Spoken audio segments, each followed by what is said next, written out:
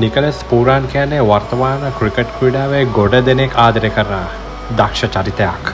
ඉතින් මීට දින කිහිපයකට කලින් නිකලස් පූරන් කියන මේ දක්ෂ ක්‍රීඩකයා ක්‍රිකට් ක්‍රීඩාවේ සියලුම ෆෝමැට්ස් වලට සමුදෙන්න තීරණය කළා. 2016 තම ප්‍රථම ජාත්‍යන්තර තරගයේ ක්‍රීඩා කරපු පූරන් T20 ෆෝමැට් එකේ දක්ෂ පිතිකරුවෙක් කියලා කිව්වත් ඔබ මාත් එක්ක එකක වේවි. ඒ වගේම නිකලස් පූරන් කියන මේ ක්‍රීඩකයා තමයි බටහිර ඉන්දිය කොදෙව් පිතිකරුවන් අතරින් වැඩිම T20 ලකුණු ලබාගත් පිතිකරුව බවට පත් වෙන්නේ.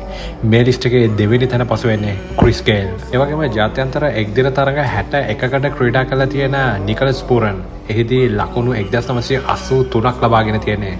ඇවරේජ් එක 39.7ක රඳවගෙන. එවගේම ජාත්‍යන්තර T20 තරඟ 106කට ක්‍රීඩා කරපු පූරන් එහිදී ලකුණු 2275ක් ලබාගෙන තියෙනවා. එවගේම නිකලස් පූරන්ට 2015 ජනවාරි මාසයේ තමන් මාර්ගයේ ගමන් කරමින් ඉන්න වෙලාවක භයානක රියානතුරකට ලක්වන්නට සිදු වෙලා තියෙනවා. ඉතින් එතෙන්දී ඔහු හිතලා තියෙන නැවතත් ඔහුට කවදාවත් ක්‍රිකට් ක්‍රීඩාවට එළඹෙන්නට අවස්ථාවක් ලැබෙන එකක් නැහැ කියලා. නමුත් ක්‍රිකට් වලට තියෙන ආදරය නිසාම ඒ හැම බාධකයක්ම ජයග්‍රහණය කරගෙන ඔහුට හැකි වුණා වෙස්ට් ඉන්ඩීස් කණ්ඩායම වෙනුවෙන් වැඩිම T20 ලකුණු ලබාගත් පිතිකරුවා බවට පත්වන්නට.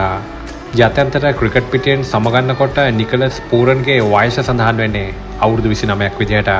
ඉතින් ක්‍රිකට් ක්‍රීඩාවේ ඔබ අපිට ලබා දුන්නේ ලස්සන මතකවලට ඔබට බොහොමත්ම ස්තුතියි. ඒ වගේම පූරා ක්‍රිකට් අපේ YouTube channel එකෙන් ඔයගොල්ලන්ට අපේ ක්‍රිකට් වීඩියෝස් නරඹන්නට පුළුවන්.